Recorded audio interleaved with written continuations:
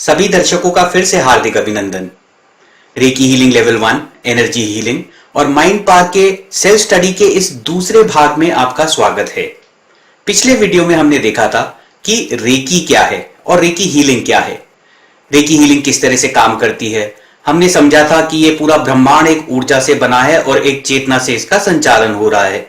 साथ ही साथ हम में भी एक चेतना शक्ति है जो दूसरी चीजों की ऊर्जा को बदल सकती है। हम सब इस ब्रह्मांड की ऊर्जा, जिसे हम कॉस्मिक एनर्जी, शिव शक्ति, यिन यान और बहुत सारे नामों से जानते हैं, हम इससे सीधे संपर्क में रहते हैं और हम ऊर्जा का प्रवाह जिस भी डायरेक्शन में हम अपनी सोच रखते हैं, भावनाएं रखते हैं, जिस भी तरह की रखते हैं, उस तरह से हम हर चीज को ऊर्जा देते हैं। यही प्रिंसिपल हर एनर्जी हीलिंग में इस्तेमाल होता है और रेकी हीलिंग में भी इस्तेमाल होता है। हमने थोड़ा बहुत रेकी हीलिंग की हिस्ट्री के बारे में जाना था और जाना था कि रेकी हीलिंग के लेवल क्या क्या हैं। हमने थोड़ा बहुत आभा मंडल के बारे में भी बात करी थी। इस वीडियो में हम थोड़ा और गहराई में जाएंगे आभा मंडल में, इस तरह से कि हम उसका हीलिंग में किस तरह से इस्तेमाल करते हैं। हम समझेंगे कि आभा मंडल क्या है, चक्र कौन कौन से हैं जिसको हम रेकी हीलिंग में इस्तेमाल करते हैं और हम इसे किस तरह से इस्तेमाल करेंगे, इसको हम लगातार अगले वीडियोस में डिस्कस करते रहेंगे। हम कुछ प्रैक्टिकल्स भी करेंगे जिसमें हम आभा मंडल को महसूस करना, आभा मंडल को देखना, आभा मंडल को नापना, चक्रों को नापना, ये सब एक्सरसाइजेस हम इस वीडियो में करेंगे। हर वस्तु के चारों तरफ एक सटल एनर्जी होती है, मतलब सूक्ष्म तरंगे होती हैं, जिससे एक लेयर जैसी बन जाती है। इसको आभा मंडल बोला जाता है। आप देखेंगे कि जो पुराने भगवानों की तस्वीरें हैं, या गौतम बुद्ध की तस्वीर है, लॉर्ड जीसस की है, गुरु नानक जी की है, तो उनके आपको सर के चारों तरफ एक बड़ा ब्राइट सा गोला बना हुआ दिखेगा। अंग्रेजी में इसको हीलो भी बोलते हैं। अब ये आभा मंडल को दर्शाया जाता था कि आभा मंडल इतना चमकदार है, इतना एनर्जाइज्ड है कि हर कोई अपनी आंखों से, जैसे नॉर्मली हम कोई चीज देखते हैं, हमको उनके चारों तरफ लाइट दिखाई देती है। तो ये जो आभा मंडल है, पुरातन काल से ही सारी सभ्यताओं में पहचाना गया। भारत देश में इसको नाड़ियों के रूप में दर्शाया गया, चक्रों के रूप में दर्शाया गया। साथ ही साथ पंचकोश जो है, जो कि आयुर्वेद और योग में आपको मिलेगा, इस तरह से आभा मंडल को दर्शाया गया। और ये सब जो ऋषि मुनि जो बहुत ही हाई लेवल की सिद्धियां प्राप्त कर चुके थे, उन सब ने ये सिस्टम बनाया और इसको फिर आगे बढ़ाया। तो आज की डेट में हम उनके टेक्स्ट यूज करते हैं जो वेदों में लिखे हैं। कालीचरण जी का एक शतचक्र निरूपणा लिखा है, जो कि सर जॉन वुडरेफ ने उसको ट्रांसलेट किया और एक किताब लिखी, जो आज की काफी जगह रेफर करी जाती है। तो हमने भी उस किताब से काफी कुछ पढ़ा है और बहुत अच्छी किताब है चक्रों के और आभा मंडल के बारे में समझने के लिए, और यहां तक कि अपने पूरे अस्तित्व को समझने के लिए वो बहुत अच्छी किताब है। तो इस तरह से आभा मंडल को दर्शाया जाता था। चाइना में इसी को मेरिडियंस के रूप में दर्शाया जाता था, जो एक्यूप्रेशर और एक्यूपंक्चर के लिए अलग अलग पॉइंट यूज होते हैं। साथ ही साथ एनर्जी किस तरह से फ्लो हो रही है, इस सब के डायग्राम दर्शाए गए। और बिल्कुल एक उसी तरह का डायग्राम बनता है जिस तरह की आभा मंडल के डायग्राम में जो भारत के हैं, उनको डिपिक्ट करने के तरीके अलग अलग हैं, लेकिन उसी आभा मंडल पर काम हो रहा है। आप अगर बच्चों का सीरियल अगर आपने कभी देखे हो, तो एक सीरियल आता था ड्रैगन बॉल जी। इसमें आपने देखा होगा कि उनके चारों तरफ बड़ा अच्छा सा ऑरा दर्शाया जाता था। इसके अलावा अगर एक सीरियल आता था पहले, महादेव, बहुत अच्छा सीरियल था। इसमें काफी न्यूट्रल तरीके से अच्छी चीजें समझाई गई कि हर कोई इसको एक अच्छी तरह से समझ सके कि जो शिव पुराण में है क्या चीजें लिखी हैं। तो उसमें भी जब भी आपने देखा होगा महादेव की एंट्री होती थी या किसी देवी देवता की एंट्री होती थी, तो उनके चारों तरफ एक एनर्जी सी लेयर बहती हुई दिखाई जाती थी। यह आभा मंडल को दर्शाया जा रहा था। इसके अलावा आपने ट्री ऑफ लाइफ के बारे में अगर सुना हो, जो कबाला सिस्टम है, तो वहां पर भी इस तरह से दर्शाया गया। तो वेस्टर्न वर्ल्ड, ईस्टर्न वर्ल्ड, पुरानी दुनिया, नई दुनिया, हर जगह यह समझ आता है कि आभा मंडल है। पहले इस पर काफी जोर दिया गया, काफी शोध करी गई, इसीलिए उसमें से काफी टेक्स्ट लेकर आज हम यूज करते हैं। आज की डेट में हमारी मॉडर्न साइंस में अभी उसको समझने की बहुत अच्छी कैपेबिलिटी नहीं है। अभी हमारी साइंस डेवलप हो रही है और एनर्जी के मामले में खासकर काफी चीजें बदलती रहती हैं। जैसे हमें बचपन में बताया गया था स्पेस में पूरा वैक्यूम है। आज की डेट में, अभी हम कुछ टाइम पहले पढ़ रहे थे, कुछ साल पहले, तो उसमें अभी सब चीजें चेंज हो गई है। अब बोला जाता है हर जगह डार्क एनर्जी है। इस डार्क एनर्जी और डार्क मैटर की रिसर्च के लिए कई किलोमीटर नीचे जमीन के कोशिश करी जा रही है कि इसको समझा जाए। तो जो हमारी एनर्जी को समझने की स्टेज है मॉडर्न साइंस के स्वरूप में, वो अभी काफी यंग स्टेज में है। तो इस आभा मंडल को हम उसके हिसाब से समझ नहीं पाते। इसका मतलब ये नहीं है कि आभा मंडल होता नहीं है या आप इसे नाप नहीं सकते, आप इसे समझ नहीं सकते। आप बिल्कुल इसको नाप भी सकते हैं, आप इसको देख भी सकते हैं, आप इसे महसूस भी कर सकते हैं। केवल आपको एक कदम बढ़ाने की जरूरत है और थोड़ा सा जो आपको बचपन से एक साइंटिफिक बैकग्राउंड दिया है उससे अपने अपने मन को उससे थोड़ा सा हटाने की और यह सोचने की जरूरत है कि हाँ ठीक है, जो हमें पढ़ाया है वो सही है, इसके अलावा भी कुछ हो सकता है, चलिए इसे देखते हैं। तो आप इस तरह की अप्रोच रखेंगे तो आपको हर हीलिंग सिस्टम से, किसी भी सिस्टम से बहुत अच्छा फायदा होगा। आप ये स्क्रीन पर देख रहे होंगे कि आभा मंडल का चित्रण दो चित्रों में किया है। एक में अच्छा सा बिल्कुल अंडेकार शेप है, दूसरे में टेढ़ा मेढ़ा हो रखा है। तो जो अंडेकार शेप है वो सबसे अच्छा माना जाता है। वो किस तरह से कि अगर ऑरा है तो आंख की भी है, मुंह की भी है, गले की भी है, छाती की भी है, जो एब्डोमेन एरिया है इसकी भी है। तो हर जगह की आभा मंडल एकदम बराबर होना चाहिए। अगर किसी का कम है, किसी का ज्यादा है, किसी में सर्कुलेशन कहीं पर ज्यादा अच्छी है, कहीं पे कम है, तो यह आभा मंडल ठीक नहीं माना जाता। तो फिर उस तरह का आभा मंडल होगा जैसा कि आपको दूसरे चित्र में देख रहा है कि कहीं पे हल्के से ग्रे से घेरे बने हैं और वो इवन सा आभा मंडल नहीं है। तो इस तरह का आभा मंडल ज्यादातर तब होता है जब ऊर्जा के बहाव में थोड़ी कमी हो जाती है। अभी जब हम मेडिटेशन की बात करेंगे तो ये जो एनिमेशन आपको दिख रहा है, हम इसी पर दोबारा से बात करेंगे। इसमें दर्शाया गया है कि जो ईथरिक बॉडी है, मतलब कि जो प्राण नाड़ियों का बहाव है वो किस तरह से होना चाहिए। इसमें थोड़ा जो बॉडी शेप दिखाई है वो बिल्कुल ऐसे दिखाई है जैसे कि आदमी की है, या इससे थोड़ी सी अलग भी हो सकती है। हमको समझाने के लिए इस तरह से एक जाल बना के दिखाया गया है, वरना हमारे चारों तरफ ये है और चारों तरफ बिल्कुल एक बराबर होना चाहिए। तो अगर ऐसी शेप हो तो अंडाकार शेप ही बनेगी, क्योंकि हमारी ऐसे लंबाई में हाइट होती है। तो अगर ऐसे हम उसके चारों तरफ बराबर लाइनें बना के उनको ज्वाइन कर दें तो वो बिल्कुल एक अंडाकार शेप बनेगी। तो इसको सबसे अच्छा आभा मंडल माना जाता है। अभी आभा मंडल के बारे में और गहराई से बात करेंगे जब हम चक्रों के बारे में बात करेंगे। तो ये आभा मंडल जो है आज की डेट में ऑरा कहलाता है। ये ऑरा वर्ड आया कहां से? वेस्टर्न वर्ल्ड में भी काफी एक्सपेरिमेंट हुए हैं आभा मंडल पे। सबसे पहले कुछ जर्मन साइंटिस्ट थे, उन्होंने उंगलियों के चारों तरफ की फोटोग्राफ्स में लाइट सी डिस्चार्ज जैसा उन्होंने एक्सपेरिमेंट में उन्होंने फोटोग्राफ किया।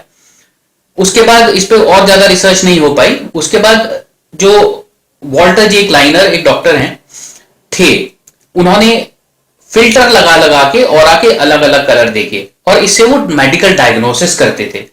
तो वॉल्टर जे क्लाइनर हैं जिन्होंने ये वर्ड ऑरा निकाला और इसको अपनी उन्होंने किताब में भी लिखा, और इसी के बाद बाकी लोगों ने ये वर्ड वहां से लिया और उसको आगे फैलाते गए। तो आज जो वर्ड ऑरा यूज होता है ये वॉल्टर जे क्लाइनर का यूज किया हुआ वर्ड है।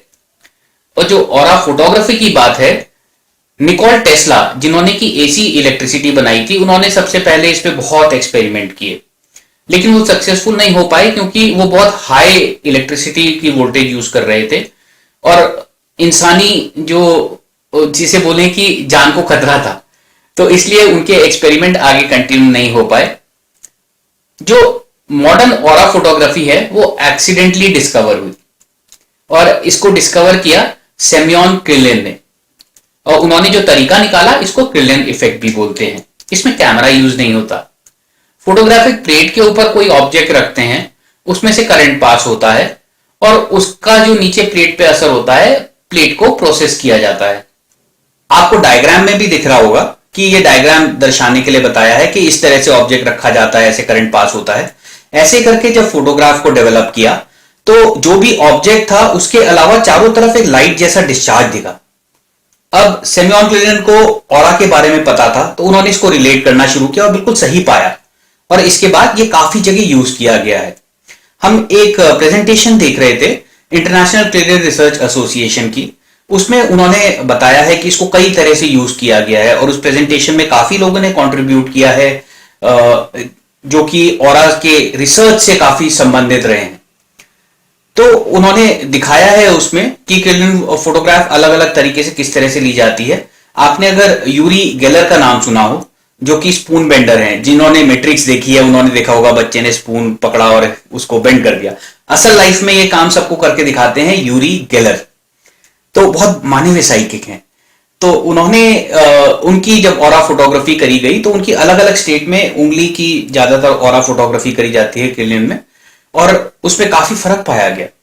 तो इससे उनको काफी एज अ आप बोले कि एक्सपेरिमेंटल सब्जेक्ट यूज किया गया कि ऑरा पे क्या फर्क पड़ता है आपके अंतर्मन का, आपके ध्यान का। इस चीज के लिए उन पर काफी शोध करी गई।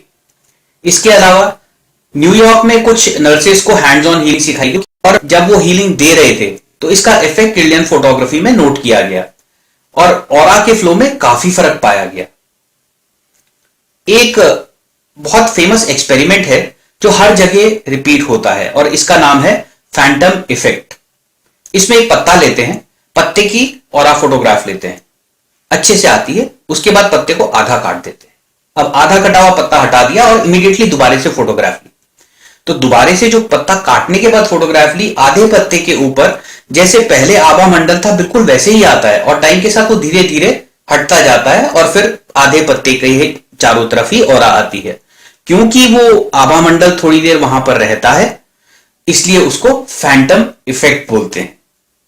तो सिमियॉन किरलिन के बाद जो उन्होंने शुरू में ही 1926 के आसपास जो इजाद किया था इस तरीके का, आज की डेट में उसे बायोवेल कैमरा के नाम से डॉक्टर कॉटोव है, उसको काफी उन्होंने इंप्रूव किया है और पूरी दुनिया में इसको आपको ऑनलाइन भी दिख जाएगा। उनकी काफी प्रेजेंटेशंस हैं और वो ह्यूमन एनर्जी सिस्टम के ऊपर जो बायोवेल कैमरा है, एक उंगली के इंप्रेशन की ऑरा से आपके पूरे शरीर के चक्रों के बारे में पता चल जाता है। हैरी ऑलीफील्ड ने 1987 में एक तकनीक बनाई जिसको उन्होंने नाम दिया पॉली इंटरफेरेंस कॉन्ट्रास्ट फोटोग्राफी, यानी कि PIP इमेजिंग। इसमें कुछ कलर्स इंड्यूस किए जाते थे और शरीर के चारों तरफ जो एनर्जी है उसको भांपा जाता था। ज्यादातर आप इसमें देखेंगे कि फोटोग्राफ इस तरह से ली जाती थी कि शरीर को बिना कपड़ों के फोटोग्राफ ली जाती थी और फिर उसमें देखा जाता था कि ऑरा में क्या फर्क पड़ता है। यूनाइटेड स्टेट्स में गाय कॉजिन्स ने इस पर काफी रिसर्च और कंट्रीब्यूशन किया है। उन्होंने HP के लिए भी काम किया है इसी चीज के लिए और उन्होंने काफी नए कैमरा भी बनाए हैं, जैसे कि विन ऑरा 2000 और ऑरा कैम 6000, इसको कॉजिन्स कैमरा भी बोलते हैं।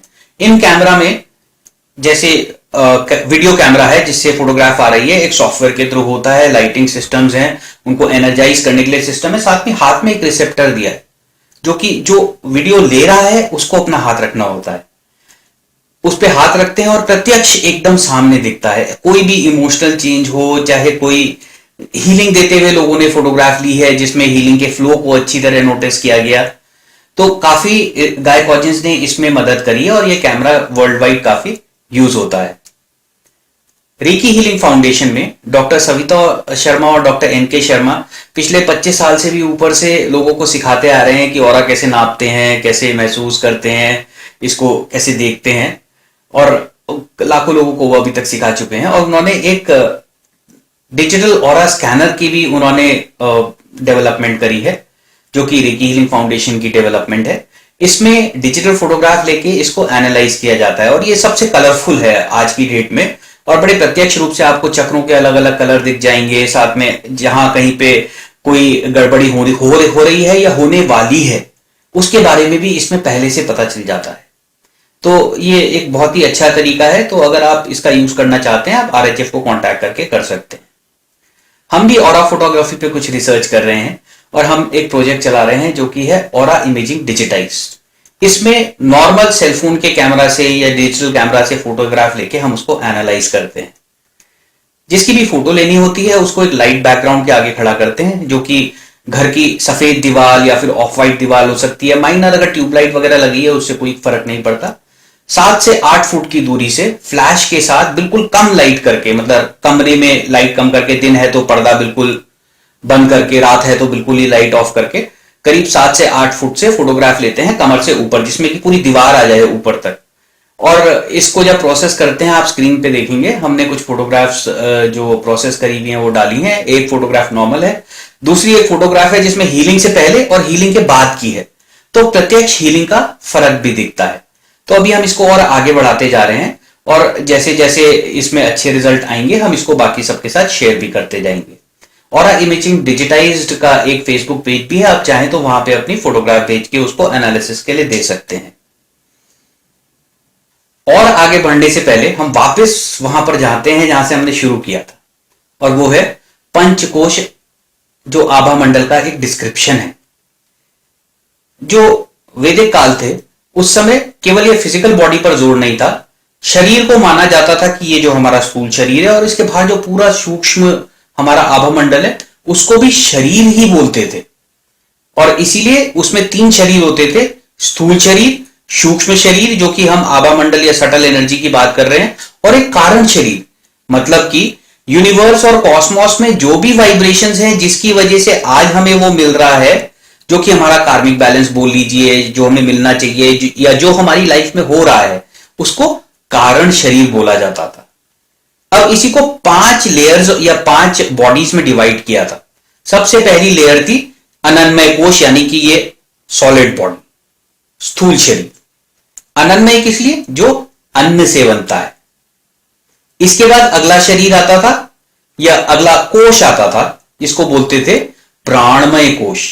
अब प्राण की वजह से ही बोला जाता है जीवन है। असल में प्राण का हम एक स्वामी नाम का काफी टाइम पहले लेक्चर सुन रहे थे, उन्होंने बताया कि प्राण का असली मीनिंग होता है कि ये 2 शब्दों से बना है, प्रा और न, और इनको जोड़ के जो मीनिंग बनाया जाता है वो है कि the first unit of everything, मतलब कि जो प्रथम, जो एक सबसे छोटी यूनिट होती है वो हर एक चीज की प्राण है। मतलब कि आपका शरीर भी प्राण से बना है, हवा भी प्राण से बनी है, जो आप आसपास पूरा भौतिक जगत देख रहे हैं, चाहे वो पत्थर है, पेड़ है, टेबल है, कुर्सी है, कार है, गैस है, फ्रिज है, लैपटॉप है, मोबाइल है, हर चीज प्राण से बनी है। हमारे अंदर जो प्राण है उसमें जो हमें चेतना की शक्ति दी गई है, जो हम अपने प्राण अपने आप बदल सकते हैं, इसलिए हमारे आसपास कोई जो प्राण है उसको स्पेशल बनाया जाता है, बताया जाता है। तो जो हमारी सोचने की शक्ति है, फीलिंग्स की शक्ति है, उससे जो हम प्राण को कंट्रोल कर लेते हैं, उसकी वजह से इस प्राण की स्पेशल इंपॉर्टेंस है। साथ ही साथ हिंदी में आपने सुना होगा कि जब तक प्राण है तब तक इंसान जिंदा है। मतलब कि जब तक प्राण इस शरीर में है, यानी कि जो हमारे बाकी के कोश हैं जिसमें प्राणमय कोश है शरीर के साथ है, तो शरीर जिंदा है। जैसे ही वो प्राणमय कोश खत्म हो गया, मतलब कि प्राण भी, जो इंसान का जीवन है वो भी समाप्त हो जाता है। तो जो दूसरा कोश है वो है प्राणमय कोश। अब प्राणिक हीलिंग का नाम आपने सुना होगा, क्योंकि यह माना जाता है कि हमारे शरीर की जो भी स्थिति है, बाकी हमारे मन की जो बाकी के बाहर के कोश आते हैं, वो भी प्राण से संचालित होते हैं। तो जो प्राण हमारे पूरे शरीर में बह रहा है, जो कि सारी नाड़ियों में है, चक्र में है, उसी से हमारा फिजिकल वेलनेस, यानी कि हमारी जो शारीरिक स्वस्थता है, ये भी उसी से कंट्रोल होती है। जो मन की स्वस्थता है वो भी उसी से कंट्रोल होती है। तो इसीलिए प्राणमय कोश पे बहुत इंपॉर्टेंस दी जाती है। और प्राणिक हीलिंग में केवल प्राणमय कोश यूज नहीं होता, लेकिन नाम प्राणिक हीलिंग दिया गया है। अब जो प्राणमय कोश है उसके बाद अगला आता है मनोमय कोश। अब मन में केवल फीलिंग्स नहीं है, जो मन और जो माइंड है और मन है ये थोड़ा सा अलग है, लेकिन मन में जो हमारी इंद्रियां हैं, जो ज्ञान इंद्रियां हैं, कर्म इंद्रियां हैं, और साथ ही साथ इनसे जो हम आसपास देख सकते हैं, दुनिया को महसूस कर सकते हैं, कुछ फील कर सकते हैं, ये सब मन में आता है। तो ये मन से जो भी एनर्जी जुड़ी हुई है ये मनोमय कोश में है। इससे अगले कोश में जाएंगे तो विज्ञानमय कोश, जिसमें कि जो इंट्यूटिव सेंस बोलते हैं, या एक दुनिया की, एक ब्रह्मांड की नॉलेज, जो हमारे अंदर इस ब्रह्मांड की नॉलेज है, अपनी खुद की नॉलेज है, वो सारी इंटेलिजेंस जिसे बोलेंगे वो आएगी विज्ञानमय कोश में। अब इसके बाद ये जो 3 है, जो प्राणमय कोश है, मनोमय कोश है और विज्ञानमय कोश है, ये आते हैं सूक्ष्म शरीर में। अब सबसे बाहर वाला जो कोश है, जिसे कि बोला जाता है आनंदमय कोश, यानी कि स्टेट ऑफ ब्लिस, बिल्कुल आनंदमय स्थिति, न कोई सुख न दुख, उस सबसे ऊपर, और इसी को हर एक चीज का बीज भी माना जाता है कि जो कुछ भी इस दुनिया में हो रहा है वही इसी कोश के बीज की वजह से है। तो इसको बोला जाता है आनंदमय कोश और इसे बोला जाता है कारण शरीर। तो ये डिस्क्रिप्शन था आभा मंडल का। अभी हम आज के कुछ एग्जाम्पल देते हैं आपको, जिससे आप समझ पाएंगे कि हाँ ये एक्चुअली एग्जिस्ट करता है। आप जो स्क्रीन पर तस्वीर देख रहे हैं ये है डोना ईडन की। डोना ईडन एनर्जी मेडिसिन की संस्थापक हैं और इन्होंने ये तरीका इसलिए बनाया क्योंकि उन्हें अपनी ही कुछ इलाज करने थे। उनके घुटनों में, पांव में काफी शरीर में प्रॉब्लम रहती थी जो मेडिकल पद्धति से ठीक नहीं हो पाया। 25-30 की उम्र तक वो इससे जूझती रही, लेकिन उनके पास एक यूनिक एबिलिटी है। वो ऊर्जा देख सकती हैं, वो सबके चक्र देख सकती हैं, आभा मंडल को 9 लेयर्स तक वो देख सकती हैं और वह इस सबको पहले भी देख सकती थी, लेकिन उन्हें पता नहीं था कि इसको किस तरह से इस्तेमाल करें। जब मेडिकल तकनीकों से उनको फायदा नहीं हुआ तब उन्होंने चाइनीज सिस्टम की तरफ, भारत के चक्र सिस्टम की तरफ उन्होंने कदम बढ़ाए और सीखा कि यह ऊर्जा और आभा मंडल को किस तरह से वो अपने आप इस्तेमाल कर सकती हैं। उन्होंने कुछ बहुत आसान तरीके निकाले जिससे आप आभा मंडल को अच्छा रख सकते हैं और अपने जीवन को अच्छा बना सकते हैं। आज वो और उनके हस्बैंड दोनों, उनके हस्बैंड एक मेडिकल प्रैक्टिशनर हैं और वो दोनों मिलकर पूरी दुनिया को इसके बारे में बताते हैं और आज वो एक लीडिंग एनर्जी मेडिसिन की प्रोपेगेटर हैं और पूरी दुनिया में वो इसको और अच्छी तरह से इसकी अवेयरनेस बढ़ा रहे हैं। आप जाएंगे तो आप यूट्यूब में उनके काफी वीडियोस भी देख सकते हैं।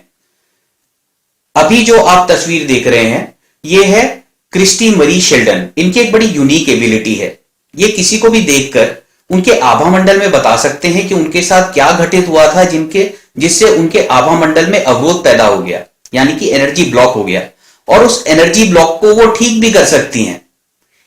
अब उनके बहुत सारे क्लाइंट्स हैं जो, और एक ये दोनों जो मैंने आपको नाम बताए, डोना ईडन और क्रिस्टी मरी शेल्डन, ये एक सेलिब्रिटी का स्टेटस रखते हैं वेस्टर्न वर्ल्ड में और इन्होंने बहुत बड़े बड़े लोगों की मदद करी है। तो ये सब चीजें बताती हैं कि हाँ, आभा मंडल में वो सब है जो हमने पंचकोश में पढ़ा था। क्रिस्टी मरी शेल्डन जिस तरह से जब किसी के साथ कोई घटना हुई, बचपन में हुई, उससे मन में उनके कुछ विकार पैदा हुए जिसकी वजह से आभा मंडल में अवरोध हो गए, तो इससे पता चलता है कि हाँ, मनोमय कोश बिल्कुल उसी तरह से काम करता है जैसा कि पंचकोश में दर्शाया जाता है। तो आभा मंडल हमारे जीवन की हर स्थिति से, हर इवेंट से, हमारी जो भी परिस्थिति है उससे प्रभावित होता है, जो हम सोचते हैं, जो हम करते हैं। तो आभा मंडल को सक्रिय रखना, अच्छा रखना तो बहुत जरूरी है। या तो हम ये मार्ग अपना सकते हैं कि हम एक अच्छी सोच रखें, अच्छा जीवन रखें, अच्छे कर्म करें, आभा मंडल अपने आप ठीक रहेगा। एक रेगुलर एक्सरसाइज रूटीन रखें, कुछ ध्यान करें, कुछ अच्छे पुण्य कर्म करें, तो इस सबसे आभा मंडल अपने आप ठीक रहेगा। नहीं तो आप ऐसी विधियां अपनाएं, ध्यान की विधियां अपनाएं, आभा मंडल के उपचार की विधियां अपनाएं, जिससे आभा मंडल अच्छा रहेगा। आइए अब देखते हैं कि ऊर्जा को महसूस कैसे करते हैं। अपने हाथों की ऊर्जा, पानी की ऊर्जा, साथ साथ हम ऊर्जा को नापेंगे भी, मतलब ऑरा को नापेंगे एल रॉड से, और हम महसूस भी करेंगे अपने हाथ से हम किस तरह से या अपनी पूरी बॉडी से किस तरह से हम ऑरा को महसूस करके ऑरा का डिस्टेंस नाप सकते हैं। इसके अलावा हम ऑरा देखने के तरीके भी सीखेंगे। बीच बीच में आप वीडियो पॉज कर लीजिएगा, इस एक्सरसाइज को पूरा करिएगा और आप वीडियो को आगे बढ़ा सकते हैं। अगर आप पूरा वीडियो पहले देखना चाहते हैं तो आप वापस इसी जगह पर आपका टाइम देख लीजिए और वापस यहीं पर आके इन एक्सरसाइजेस को रिपीट कर लीजिए।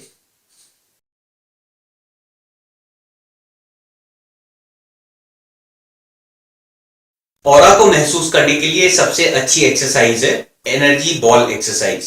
इसमें आप अपने हाथों को बाहर की ओर फैलाते हैं। उससे पहले आप चाहें तो अपने हाथों को गर्म करके उसकी ऊर्जा बढ़ा लें। अगर आप रेकी हीलिंग पहले से जानते हैं, लेवल 2 के हैं, तो आप सिंबल्स का इस्तेमाल भी कर सकते हैं। नहीं तो आप हाथ गर्म करके अपनी ऑरा बढ़ा लें तो काफी होगा। आप अच्छी तरह हाथ आपस में रगड़िए। उसके बाद हाथों को जितना दूर खोल सकते हैं उतना खोल लीजिए। अब हाथों को कप करके धीरे धीरे अंदर की ओर लाइए। एक ऐसी जगह आएगी जहां पर आपको हल्का सा प्रेशर महसूस होगा, जैसे कि आपने एक बलून पकड़ रखा हो, एक बहुत बड़ा बबल पकड़ रखा हो अपने हाथ में। कभी कभी यह गर्मी या सर्दी की सेंसेशन या चींटियां जैसे चलती हैं उस तरह की सेंसेशन भी होती है। अब इसी जगह पर रुक जाएं, अंदर ना आए। अगर आप अंदर आ गए तो ये सेंसेशन वहां से चली जाती है। आप यहीं पर रुक जाएं। अब एक स्टीयरिंग की तरह आप अपने हाथ को हिलाएं। जब आप अपने हाथ को इस तरह से हिलाते हैं तो आपको बिल्कुल ऐसा महसूस होता है जैसे आपने एक गेंद अपने हाथ के बीच में पकड़ी हुई है। तो आपको योग में यह विधि अलग अलग जगह पर, कहीं पर ऊर्जा गेंद के नाम से मिल जाएगी या रेकी में एनर्जी बॉल एक्सरसाइज के नाम से मिल जाएगी। असल में ये आपके हाथों में जो ऊर्जा है उसके बीच में जितनी भी ऊर्जा ये केंद्र बन रहा है उसको आप नाप रहे हैं। तो यह आप अपनी ऊर्जा नापने के लिए भी कर सकते हैं कि आपको देखना है आज आपकी ऊर्जा कैसी है। तो आप ऐसे करके देखिए, अगर इतनी सी बॉल बन रही है तो मतलब आपके हाथों के बीच में ऊर्जा कम है। अगर आप इतनी दूर तक कर रहे हैं और आपको पता चल रहा है कि यहीं पे मेरे को बबल महसूस हो रहा है तो ऊर्जा उतनी अच्छी है। तो इसको बाद में आप अपने खुद की ऊर्जा नापने के लिए भी एक मापदंड की तरह ले सकते हैं और इसका इस्तेमाल कर सकते हैं।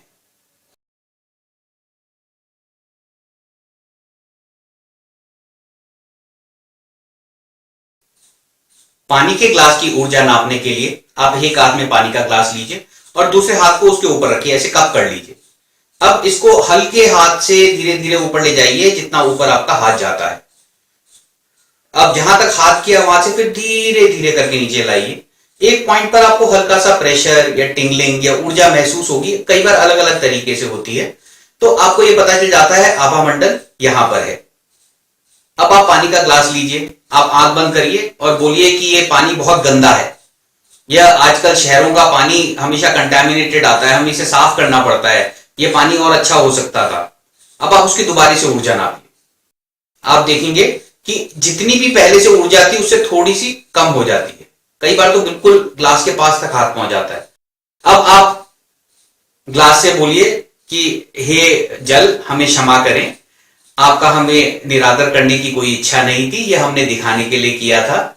आप जीवन देते हैं, आप हमारे लिए भगवान स्वरूप हैं, आप दिव्य ऊर्जाओं से भरे हुए हैं। धन्यवाद धन्यवाद धन्यवाद। आप हमें अच्छी ऊर्जा देते हैं। जब भी मैं जल पीता हूं मुझे ब्रह्मांड की सारी अच्छी ऊर्जाएं अपने आप मिल जाती हैं। अब आप इसको दोबारा से नापिए। आप देखेंगे कि जो ऊर्जा का स्तर है वो बढ़ चुका होगा। तो ये प्रत्यक्ष प्रमाण है कि आपकी भावना से, आप किस तरह की भावना रखते हैं जल के लिए या किसी और चीज के लिए, आपको उसी तरह की ऊर्जा मिलेगी। तो इस ऊर्जा से मुझे दिव्य शक्ति और ऊर्जा मिलेगी।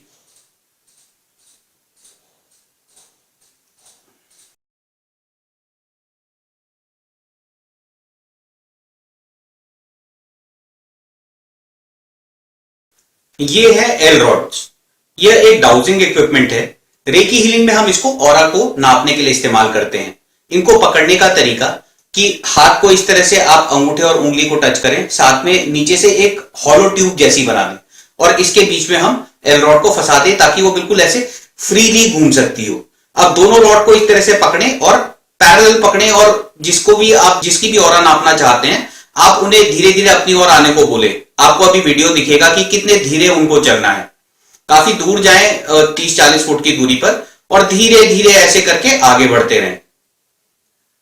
अगर 30-40 फुट की जगह नहीं है तो जितनी भी जगह है 20 फुट 30 फुट आप उतनी दूर जाएं और धीरे धीरे करके ऐसे आगे बढ़ते रहें। जहां पर भी ऑरा होगी, जितना डिस्टेंस होगा ऑरा का, वहां पर ये दोनों रॉड आपस में अंदर को घूमेंगी या फिर बाहर को घूमेंगी। आप इस पर ध्यान मत दें कि ये अंदर या बाहर को कहां पर घूम रही हैं, आप बस इसी पर ध्यान दें जहां पर रॉड की मूवमेंट हो वहां तक ऑरा है। अब ये जो ऑरा है, जो रॉड्स हैं, इस तरह की जो कॉपर रॉड्स हैं, आपको ये बाजार में या ऑनलाइन मिल जाएंगी कॉपर रॉड्स। अगर आपके पास नहीं है आप इसे एल्यूमिनियम हैंगर या किसी लोहे की तार से भी बना सकते हैं। अब कई बार पकड़ने में इसको बिल्कुल टाइट पकड़ लिया जाता है तो फिर ये रॉड हिलती नहीं है, तो ऐसे में ऑरा नहीं नापी जाएगी। अब इससे बचने का एक बहुत ही आसान तरीका है, वो है कि आप इसके ऊपर एक स्ट्रॉ लगा दें। ऐसी कोई मोटी स्ट्रॉ लें इस तरह की और आप उसे 2 पार्ट में काट दें और उसको आप रॉड के जहां पर आपको होल्ड करना था आप वहां पर लगा दें। लकड़ी के हैंडल वाली रॉड भी आती हैं जिसमें ये सब चीजें और आसान हो जाती हैं, लेकिन अगर आपको नहीं मिल रही है, आपके पास प्लेन रॉड है, आप इस तरह से उसके नीचे स्ट्रॉ लगा दें और इसको हल्के हाथ से पकड़ लें तो ये मूवमेंट एकदम फ्री हो जाती है। अगर आपको ये मूवमेंट देखकर समझ ना आई हो तो हम आपको एक दूसरे इक्विपमेंट से दिखाते हैं जिसमें आपको ये मूवमेंट क्लियरली समझ आ जाएगी। दोनों रॉड को ऐसे पैरेलल पकड़ना है और जब भी आपको ऑरा नापनी है, जिसकी भी ऑरा नापनी है, आप उन्हें बोलेंगे कि आप हमारी ओर चल के आए और जहां पर ऑरा होगी वहां पे रॉड आपस में ऐसे अंदर को घूमेंगी या फिर ऐसे करके बाहर को घूमेंगी। तो आप ये अंदर और बाहर की मूवमेंट पे ध्यान न दें, ये केवल आपकी वाइब्रेशंस की वजह से होता है। बाद में आपको जैसे जैसे प्रैक्टिस होगी आप बिल्कुल इंटेंशन दे सकते हैं कि जब मैं इनकी ऑरा नाप रहा हूं तो जहां पर ऑरा है वहां पे रॉड अपने आप खुल जाए, तो ये रॉड अपने आप खुलने लगेगी। लेकिन ये थोड़ी सी प्रैक्टिस के बाद होगा। शुरू में आप बस इतना ही देखें कि जहां पर रॉड की मूवमेंट होती है वहां तक आपकी जिसकी आप ऑरा नाप रहे हैं उनकी ऑरा वहां तक है। तो ये बहुत ही आसान तरीका है ऑरा को नापने का। ये डाउजिंग से रेकी में अडॉप्ट किया गया है और बहुत वाइड स्प्रेड यूज होता है। अगर ऑरा 10 से 12 फुट तक है तो ऑरा ठीक है। 10 से 12 फुट से कम मतलब हीलिंग की बहुत जबरदस्त जरूरत है। तो अगर सब कुछ ठीक ठाक है तो 10 से 12 ऊपर की फुट से ऊपर की ही ऑरा होनी चाहिए। मीटर में बोलेंगे तो 3 मीटर। अगर इससे कम है तो हीलिंग की बहुत जरूरत है, ज्यादा है तो ठीक है, आप उसे और अच्छा बनाइए। बहुत ज्यादा है, 20 फुट 30 फुट ऑरा है, उससे ऊपर है, तो आप उसे स्वस्थ मेंटेन करके रखिए। बहुत ज्यादा डिटेल में सेंटीमीटर्स में बिल्कुल डेसिमल्स में जाने की जरूरत नहीं है। और ये ऑरा बदलती भी रहती है। अगर आप अभी नापेंगे 5 मिनट बाद नापेंगे तो शायद 1 आध फुट का फर्क भी आ जाए। तो इसको बिल्कुल ही सेंटीमीटर में मत नापिए। एक एवरेज थोड़ी सी मतलब एक जिसे बोलते हैं कि अमूमन एक आप मेजरमेंट ले लीजिए जो कि लगभग बराबर रहती है। अगर आप थोड़ी देर में नापे तो अगर आप बिल्कुल ऐसे सेंटीमीटर में नापेंगे कि अभी 32.4 फीट की हो रहा है तो थोड़ी देर में आप नापेंगे तो 0.4 के बजाय वो शायद 0.0 हो जाए या बढ़ के 0.9 हो जाए। तो इस तरह से वो बहुत बदलती रहेगी। तो आप ऑरा को नापिए, एक एवरेज एक अप्रोक्सीमेट ऑरा लीजिए और आप उस पर काम करिए। अब बात आती है ऑरा को नापने की बिना इंस्ट्रूमेंट के। उसके लिए हम अपनी बॉडी का यूज करेंगे। अपने हाथों को ऐसे कप करें और आपको जिसकी ऑरा नापनी है आप उसकी तरफ फेस करें। आप जैसे हमने एलरॉड से किया था वैसे ही धीरे से चलने को बोलें और अपनी आंखें बंद कर लें और वेट करें। जहां पे आपको हल्का सा झटका महसूस होता है तो आपका शरीर ऐसे पीछे को हल्का सा जाएगा, या फिर कभी कभी हाथ में टिंगलिंग महसूस होती है या गर्मी सर्दी महसूस होती है। कुछ लोगों को अलग अलग अनुभूतियां भी होती हैं, पर ज्यादातर इस तरह से प्रेशर का जर्क लगता है। अगर आप सेंसिटिव हैं और आपको लगता है कि आपको ज्यादा झटका लग सकता है, बल्कि एहतियात के तौर पर तो मैं कहूंगा हमेशा ही करना चाहिए। किसी को बोलिए कि अपनी पीठ के पीछे हाथ रखने को, ताकि आपको जोर से झटका ना लगे और आप नीचे ना गिरे, या फिर किसी दीवार के एकदम पास में खड़े होकर करिए ताकि जब आपको झटका लगे तो दीवार से आपको सहारा मिल जाए। इस तरह से आप अपने केवल शरीर के एहसास से कि किसी चीज का प्रेशर आपको लगा है आप पता कर सकते हैं कि ऑरा कितनी है। जब इंस्ट्रूमेंट नहीं होते तो यह तरीका ऑरा नापने में बहुत कारगर होता है। आभा मंडल को देखने के लिए हम 3 स्टेप में प्रोग्रेस करेंगे। सबसे पहले हम एक पेपर के ऊपर एक डॉट बनाएंगे पेन से और हम उसकी आभा मंडल को देखेंगे। तो आप एक पेपर लें, उस पर एक मोटा सा डॉट बनाएं और उसको अच्छा मोटा डॉट बनाएं। जैसे आप ओ बनाते हैं उतना बड़ा डॉट बनाएं और उसे पूरा इंक से भर दें और अपने से हाथ की दूरी पर जितनी दूरी पर रख के आप अखबार पढ़ते हैं उतनी दूरी पर रखें और उसे एकटक दें। जैसे कि त्राटक मेडिटेशन होती है जिसमें आप लगातार किसी चीज को देखते हैं, उस तरह से आप उसको देखें।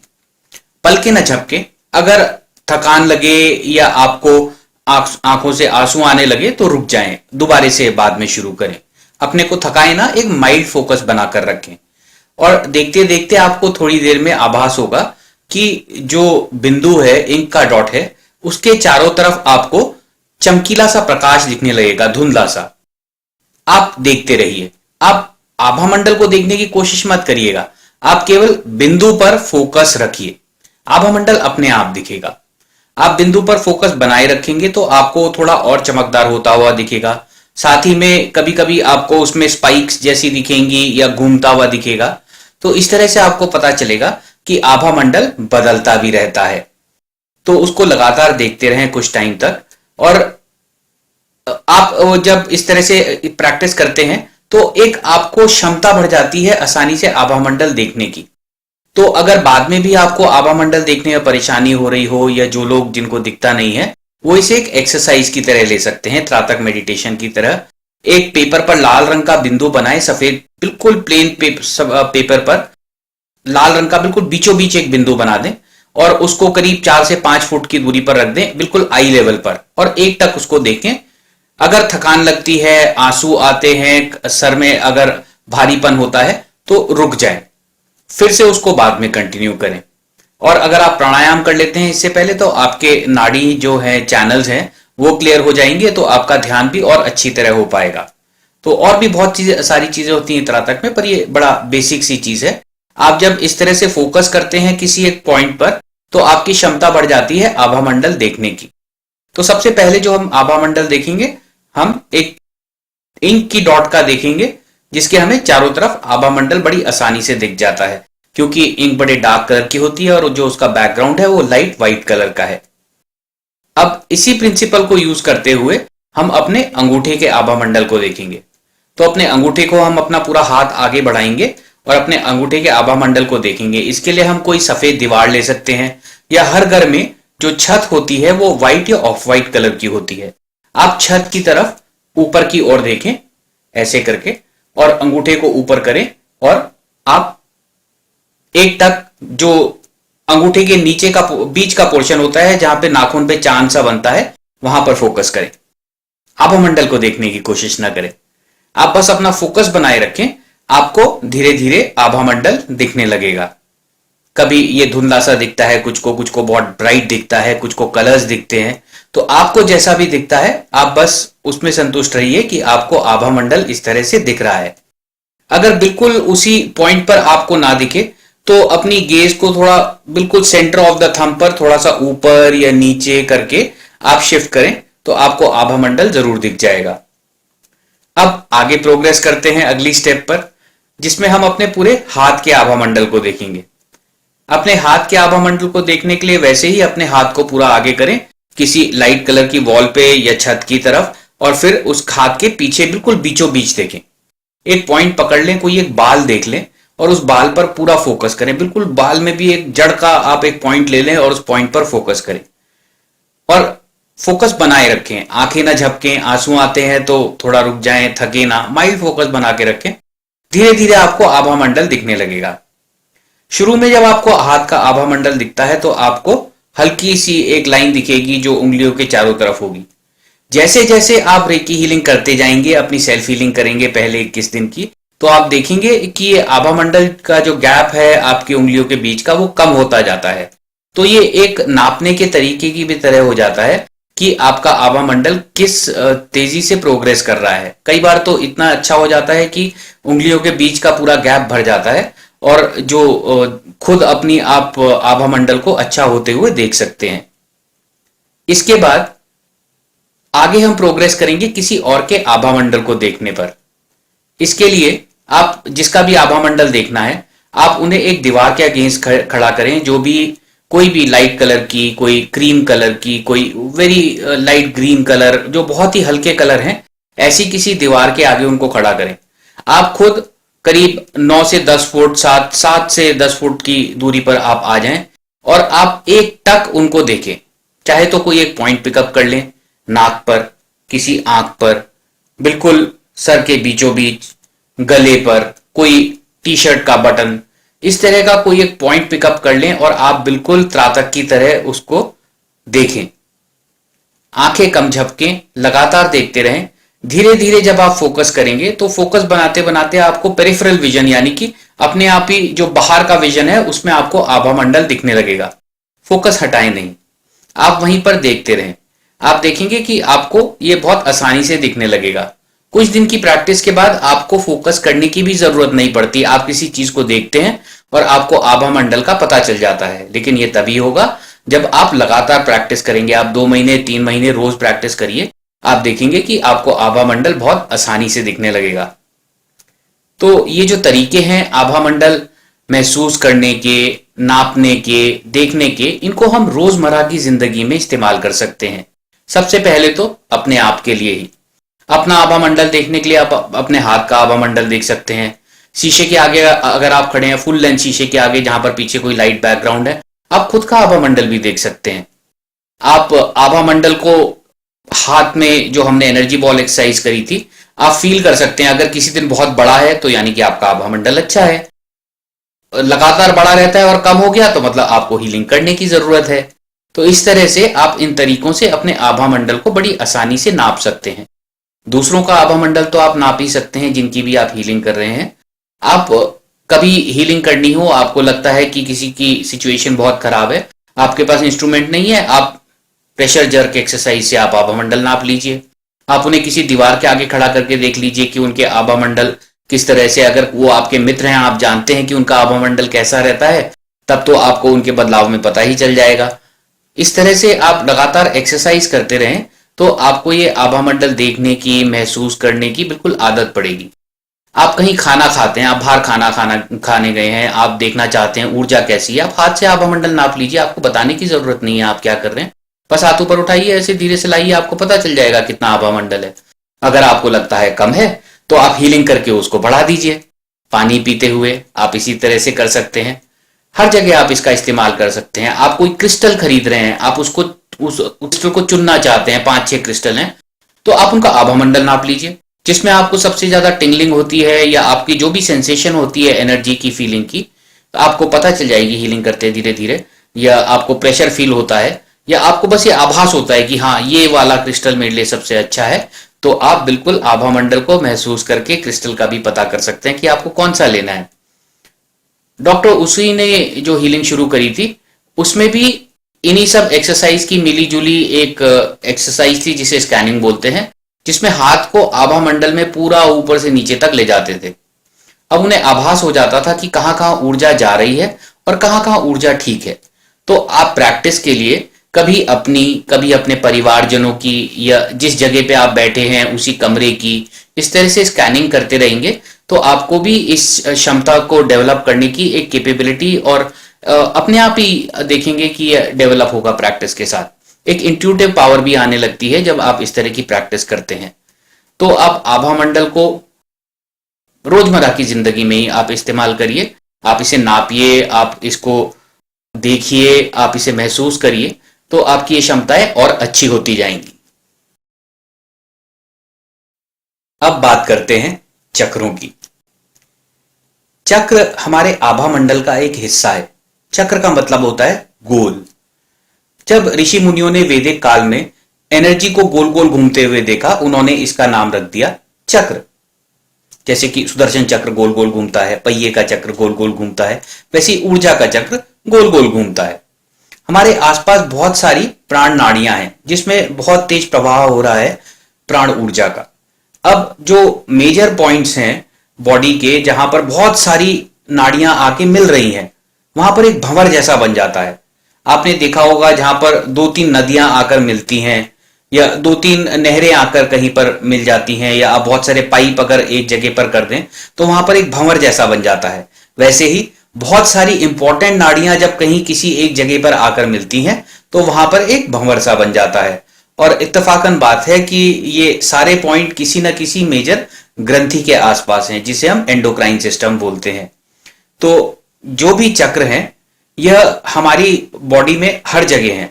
अब जैसे एक शहर का सिस्टम होता है कि शहर में पानी आता है तो एक बड़ा सा रिजर्वायर होता है, उसके बाद वहां से जहां कहीं गली मोहल्ले में जाना है उसके लिए एक बड़ी सी टंकी होती है, वहां से सबके घरों में छोटी छोटी टंकियां होती हैं। तो इस तरह से पानी का प्रवाह किसी घर तक होता है। इसी तरह से हमारे पूरे शरीर में भी प्राणवायु का प्रवाह हो रहा है।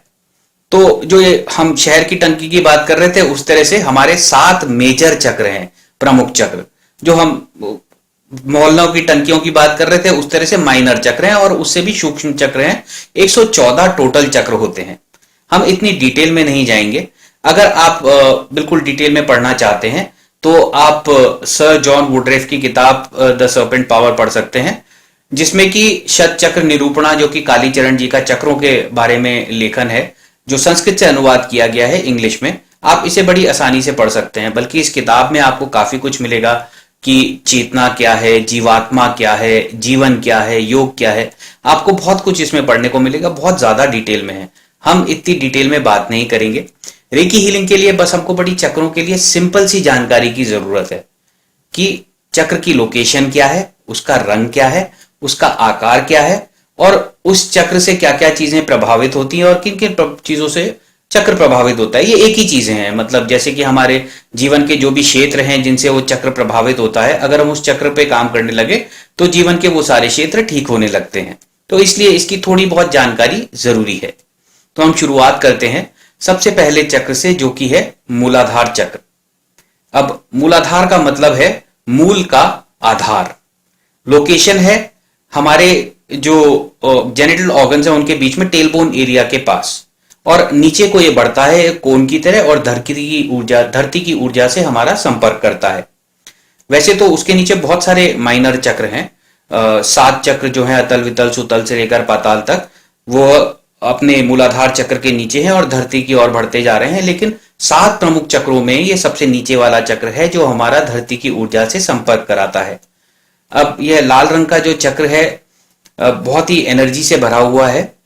हमारा जो जीवन का अस्तित्व है, फाउंडेशन है, मूल का आधार है, वह इसी से है। हम सब धरती के जीव हैं, तो हमारे लिए धरती की एनर्जी बहुत इंपॉर्टेंट है और हमारा धरती से कनेक्टेड रहना बहुत इंपॉर्टेंट है।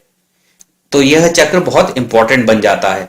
हमारे पूरे शरीर की क्षमता, स्फूर्ति, जोश, एनर्जी इस चक्र पर डिपेंड करती है।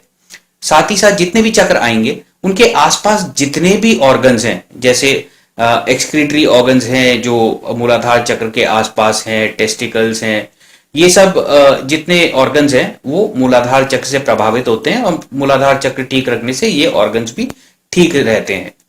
उसी तरह से आगे के चक्रों में भी अगर आपको डाउट है, आप एक एनाटॉमी का चार्ट लीजिए और वहां पे सारे चक्र बना दीजिए, तो आपको पता चल जाएगा कौन से चक्र से कौन सा ऑर्गन प्रभावित होता है।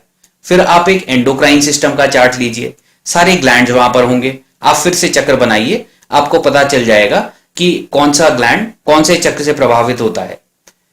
तो इस तरह से हम हर चक्र के साथ रिलेट कर सकते हैं। और जितने भी रंग हैं चक्रों के, ये बहुत ही आसान तरीका रेकी हीलिंग में अपनाया गया है 7 चक्रों का। इसमें विबग्योर, जो कि हमारा इंद्रधनुष का कलर होता है, violet, indigo, light blue, green, yellow, orange, red, तो यह हमारे सहस्त्रार चक्र से लेकर मूलाधार चक्र, सारे चक्रों के ये रंग होते हैं। तो मूलाधार चक्र को रूट चक्र भी बोला जाता है। तो समरी ये है कि जो मूलाधार चक्र है, रूट चक्र, वो बिल्कुल जेनिटल ऑर्गन्स के पास टेलबोन एरिया से नीचे की ओर लाल रंग का बढ़ता हुआ हमारी जितनी बुनियादी जरूरतें हैं, जो मूल आधार हैं, जो जिसे हम रोटी, कपड़ा, मकान बोलते हैं, वह सब इससे संचालित होती हैं। मूलाधार चक्र ठीक रहने से हम एक अच्छा जीवन जीते हैं, समृद्ध जीवन जीते हैं। साथ ही साथ हमें एक जोश और स्फूर्ति रहती है, कुछ उत्साह रहता है कुछ नया करने का, हम निडरता से आगे बढ़ते जाते हैं। बोला जाता है कुंडलिनी भी इसी चक्र में सुप्त स्थिति में रहती है, एक ड्रंकन स्टेट में बोला जाता है एक्चुअली। अगला चक्र है स्वादिष्ठान चक्र। स्वादिष्ठान, ऑरेंज कलर का स्वादिष्ठान चक्र, लोकेशन है नाभि से 2 से 3 इंच नीचे, आगे की ओर और पीछे की ओर, शरीर से आगे भी और पीछे की ओर एक कोन की तरह बढ़ता हुआ। स्वादिष्ठान का अर्थ होता है अपने खुद के रहने का स्थान। तो हमारी जितनी भी इच्छाएं हैं, कामनाएं हैं, काम है, वो सब इस चक्र से संचालित होते हैं। आप देखेंगे कि क्योंकि यह काम वासना से भी जुड़ा होता है, इसलिए इसको वेस्टर्न लिटरेचर में काफी जगह सेक्स चक्र भी लिखा जाता है। लेकिन ये हमारी सारी कामनाओं की बात, जो हम डिजायर्स की बात करते हैं, वह इस चक्र से संचालित होती हैं। यह चक्र क्रिएटिविटी का भी है। आप अगर देखेंगे जो गर्भ का क्षेत्र होता है वो यही है, यहां से नई चीजें पैदा भी होती हैं। तो चाहे स्त्री है चाहे पुरुष हैं, जो क्रिएटिविटी है वो स्वादिष्ठान चक्र के क्षेत्र को बैलेंस में रखने से, अच्छा रखने से और अच्छी हो जाती है। तो अपना जीवन अच्छा रखने के लिए हमको स्वादिष्ठान चक्र को सक्रिय रखना बहुत जरूरी है। जो बोला जाता है कि कुंडलिनी का असली क्षेत्र यही होना चाहिए, ताकि हम एक बैलेंस तरीके से अपनी कामनाओं को बिल्कुल सही दिशा दे सकें और एक अपने को एम्पावर कर सकें उन सारी कामनाओं को पूरी करने के लिए और एक अच्छा जीवन जीने के लिए, अच्छा कुछ क्रिएट करने के लिए, नई चीजें बनाने के लिए, इन सब चीजों के लिए स्वादिष्ठान चक्र को बिल्कुल सक्रिय रखना जरूरी है। तो स्वादिष्ठान चक्र यानी कि सेक्रल चक्र, पोजीशन नाभि से 2 से 3 इंच नीचे, आगे और पीछे की तरफ, नारंगी रंग का, हमारी सारी कामनाएं और क्रिएटिविटी को अच्छे बैलेंस में रखने के लिए हमको इसको सक्रिय रखने की जरूरत है। अगला चक्र है मणिपुर चक्र, जो कि सोलर प्लेक्सस रीजन में, इसको सोलर चक्र भी बोलते हैं, सोलर प्लेक्सस चक्र। सोलर प्लेक्सस एक जो हमारी नर्वस सिस्टम की पोर्शन है, वहां पे गुच्छा सा है, उसको सोलर प्लेक्सस बोला जाता है। जहां पे दोनों जो रिब केज है जहां पे आके मिलता है, वहां पे एक बीच में एक छोटा सा गड्ढा सा होता है, ये सोलर प्लेक्सस एरिया है। यहीं पर मणिपुर चक्र होता है। मणिपुर चक्र का मतलब है कि जो मणि की बिल्कुल ऊर्जा से भरा हुआ, चमकदार, एकदम पीले सूर्य की रोशनी जैसा उजागर, दोनों आगे की तरफ और पीछे की तरफ एक कोन की तरह आगे और पीछे की तरफ बढ़ता हुआ। यहां पर हमारे विल पावर से कनेक्टेड सारी चीजें यहां पर होती हैं। अब जो हमने बात करी थी ऑर्गन्स हैं उसके आसपास के, वो तो सारे हैं ही, liver, pancreas, stomach, gall bladder, जितने ऑर्गन्स इसके आसपास हैं वो तो सोलर प्लेक्सस से कंसर्न है ही। साथ ही साथ जो हमारी विल पावर है, हमारी जीवन में कुछ एम्बिशंस हैं, ये सारी चीजें सोलर प्लेक्सस से गवर्न होती हैं। अंग्रेजी में इसको पावर हाउस भी बोलते हैं, यानी कि हमारी शक्ति का क्षेत्र। तो अगर आप में बहुत दृढ़ निश्चय की कैपेबिलिटी है, आपकी विल पावर बहुत स्ट्रांग है, आप जीवन में कुछ बहुत अच्छा करना चाहते हैं, तो आपको मणिपुर चक्र अच्छा रखना पड़ेगा। आप देखेंगे कि जितने भी लोग सफल हैं जीवन में, जो दूसरों को राह दिखाते हैं, उन सबके मणिपुर चक्र काफी अच्छी तरह सक्रिय होंगे।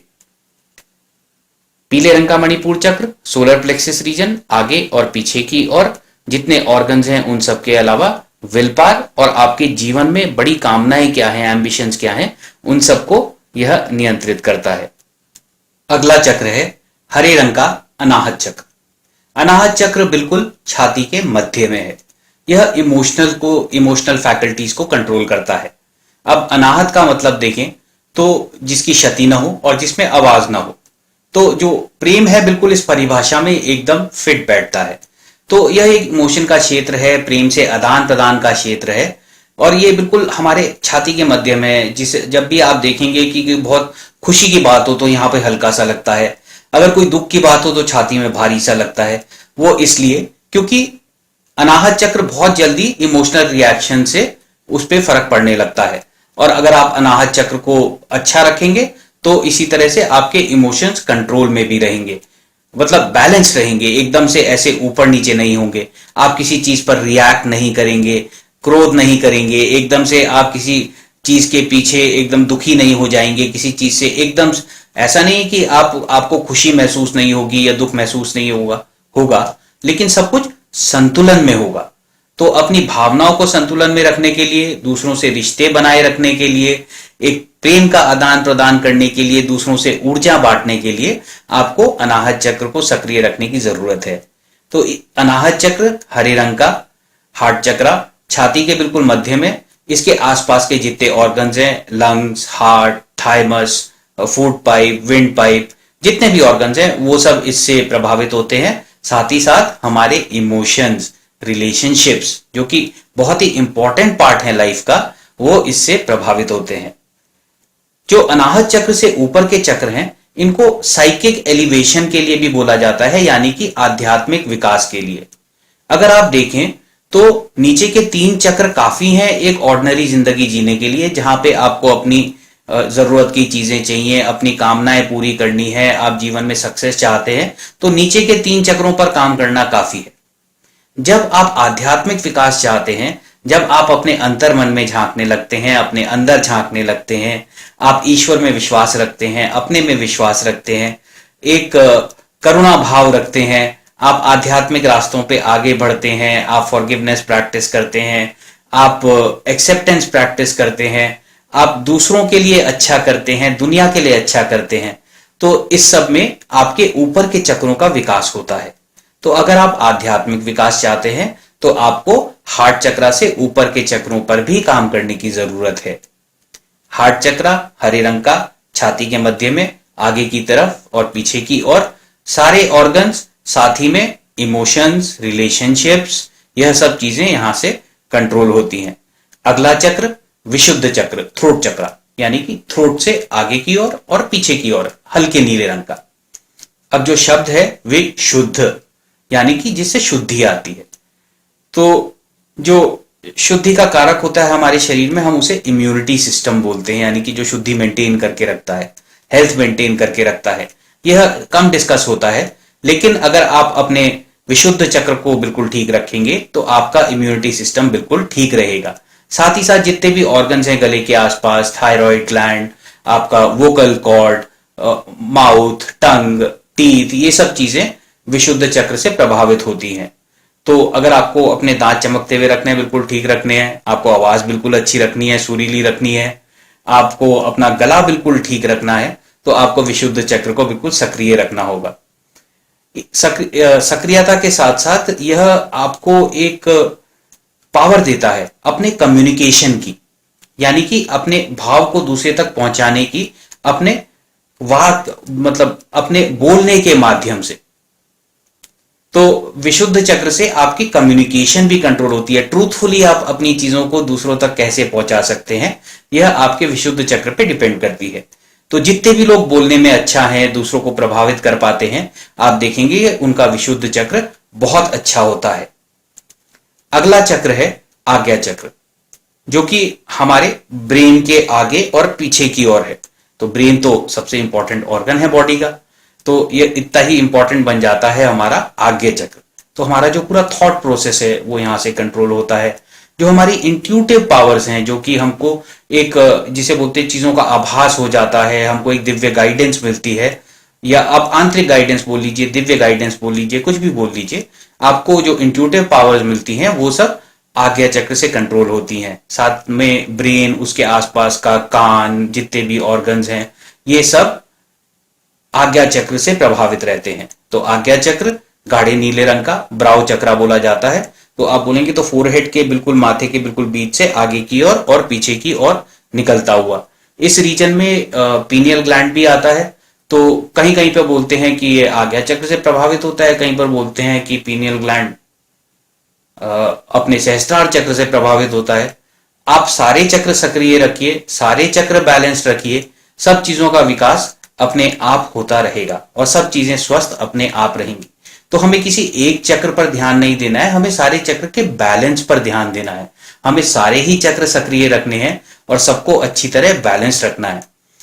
तो आज्ञा चक्र के बाद आगे बढ़ते हुए अगला चक्र सहस्त्रार चक्र। सहस्त्रार का मतलब होता है 1000। तो एक 1000 पत्तों का कमल ऐसे सर के ऊपर, एनर्जी बॉडी पर। 1000 बोलने का मतलब है कि एक बहुत सारी कॉस्मिक वाइब्रेशंस जो हैं उनसे कनेक्ट करता हुआ सहस्त्रार चक्र। अब इन बहुत सारी वाइब्रेशंस पे कनेक्ट करने के लिए हमें बहुत सारी चीजें करने की जरूरत नहीं है, हमें एकाग्रता मेंटेन करने की जरूरत है। मतलब बिल्कुल अभी पर फोकस, जो अभी काम कर रहे हैं उस पर फोकस। हमारी पांचों इंद्रियां इस तरह से काम करनी चाहिए कि अभी जो हो रहा है हमारा सारा ध्यान यहीं पर रहे। तो इसी स्टेट में सहस्त्रार चक्र बिल्कुल एक, जब थॉट फ्री होता है, हम बिल्कुल विचारों से मुक्त होते हैं, बिल्कुल संतुलित भावनाओं में होते हैं, तो सहस्त्रार चक्र एकदम खुला रहता है और हमें बहुत अच्छी तरह से ब्रह्मांड की ऊर्जा मिलती रहती है। यह बात हम और करेंगे जब हम मेडिटेशन की भी बात करते हैं, तो वहां भी आपको एक डॉक्यूमेंट्री के एनिमेशन से आपको समझाएंगे कि जब हम अपने को बिल्कुल फ्री रखते हैं, कम विचार रखते हैं, एकाग्र चित्त रहते हैं, ईश्वर से हम अपना कनेक्शन बनाए रखते हैं और इधर उधर की चीजों पे अटैचमेंट नहीं रखते, तो ऐसी कंडीशन में सहस्त्रार चक्र बिल्कुल खुला रहता है और गाढ़े बैंगनी रंग का ये चक्र है। जिस भी चक्र को आप सक्रिय रखना चाहते हैं या जिसमें थोड़ा इश्यू है, आप उस रंग के कपड़े पहनिए, आप देखेंगे आपकी ऊर्जा बढ़ जाएगी और आपके चक्र अपने आप सक्रिय हो जाएंगे। ये कलर थेरेपी में आता है और आप इसे इस्तेमाल कर सकते हैं।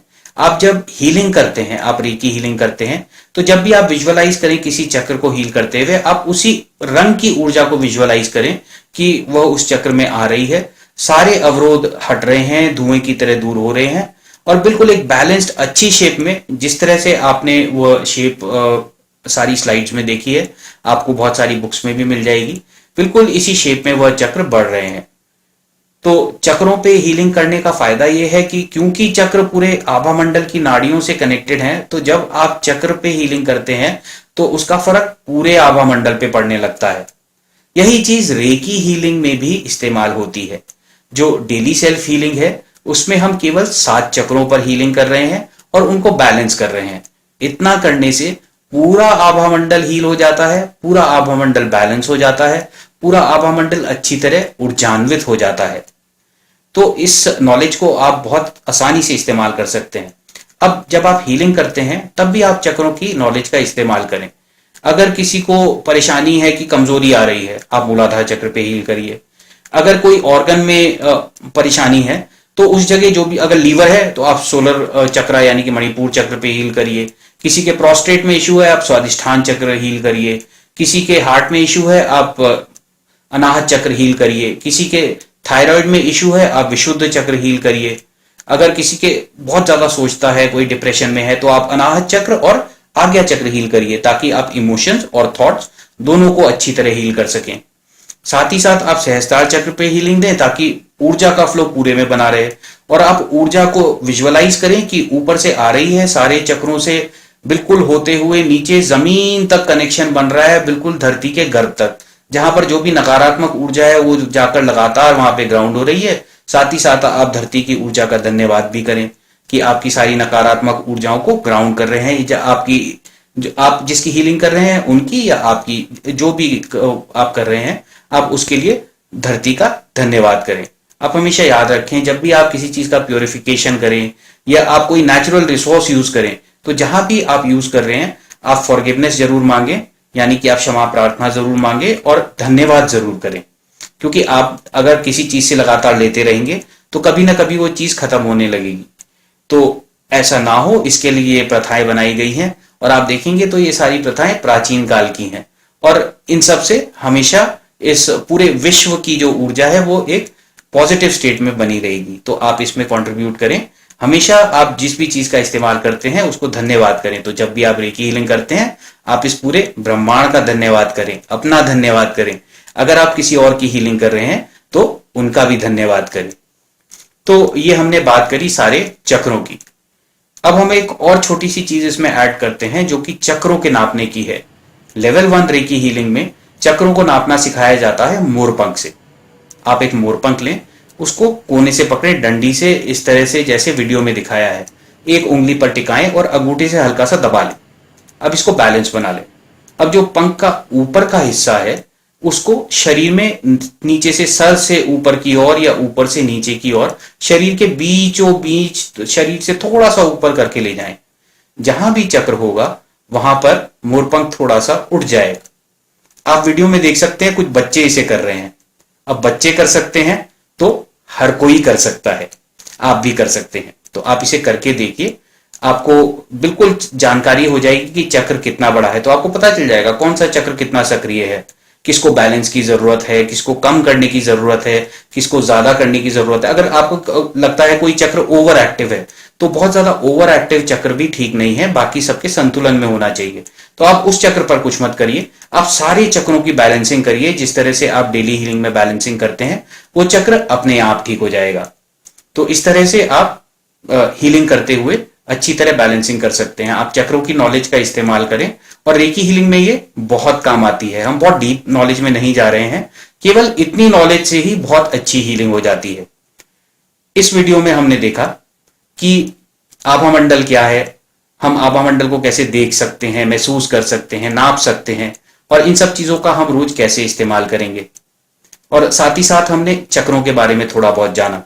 बहुत ज्यादा जानकारी की जरूरत नहीं है, जितनी ये थोड़ी सी जानकारी है ये रेकी हीलिंग के लिए काफी है। अगले वीडियो में हम जानेंगे कि शक्तिपात क्या है, शक्तिपात क्या होता है, जिसका शक्तिपात हो रहा है उसे क्या करना होता है। बाद में जब हम सारे ये लेवल 1 के वीडियो खत्म कर लेंगे, हम ऑनलाइन शक्तिपात के लिए एक वीडियो बनाएंगे, जिसमें हम बताएंगे कि जिसका भी ऑनलाइन अगर अट्यूनमेंट हो रहा है तो वो किस तरह से होगा, और उसके लिए जो हम प्रक्रिया बनाएंगे वो हम उस समय उसमें शेयर करेंगे। अभी के लिए जिस तरह से हम वर्कशॉप में करते हैं, हम उस तरह से प्रक्रिया शेयर करेंगे, और जो ऑनलाइन होगी वो भी कुछ इसी तरह की ही होगी। इसके अलावा अगले वीडियो में हम बात करेंगे कि जो 24 पोजीशन की हीलिंग है, जो 21 दिन तक करनी होती है, वो कैसे करते हैं। उसके बाद जो डेली सेल्फ हीलिंग होती है 10 से 15 मिनट की, वो कैसे करते हैं। और उसके बाद हम बात करेंगे कि जो हम किसी और की हीलिंग करना चाहते हैं लेवल 1 के प्रोसीजर के हिसाब से, वो किस तरह से करेंगे। तो अगला जो वीडियो होगा ये ज्यादा करने वाला होगा, जिसमें आपको पॉज कर करके, दोबारा सुन सुन के, ध्यान देके, प्रैक्टिस करके आपको प्रैक्टिस करनी होगी कि आप किस तरह से ये करेंगे। जो 24 दिन की हीलिंग, जो 21 दिन की हीलिंग है, वो तो खैर पूरी लंबी प्रैक्टिस होगी। बाकी सारी आप वीडियो को पॉज कर करके, चाहे दोबारा देख देख के अच्छी तरह सीखें कि पूरी हीलिंग की प्रक्रिया किस तरह से की जाती है। फिर जो उसकी फाइनल डिटेल्स हैं वो हम आगे के वीडियो में कवर करेंगे। आशा है इन सारे वीडियो से हर किसी को लाभ होगा, तो आप इन वीडियोस का जरूर लाभ उठाइए, सबके साथ शेयर करिए और एक अच्छा जीवन जीते रहिए। बहुत बहुत धन्यवाद।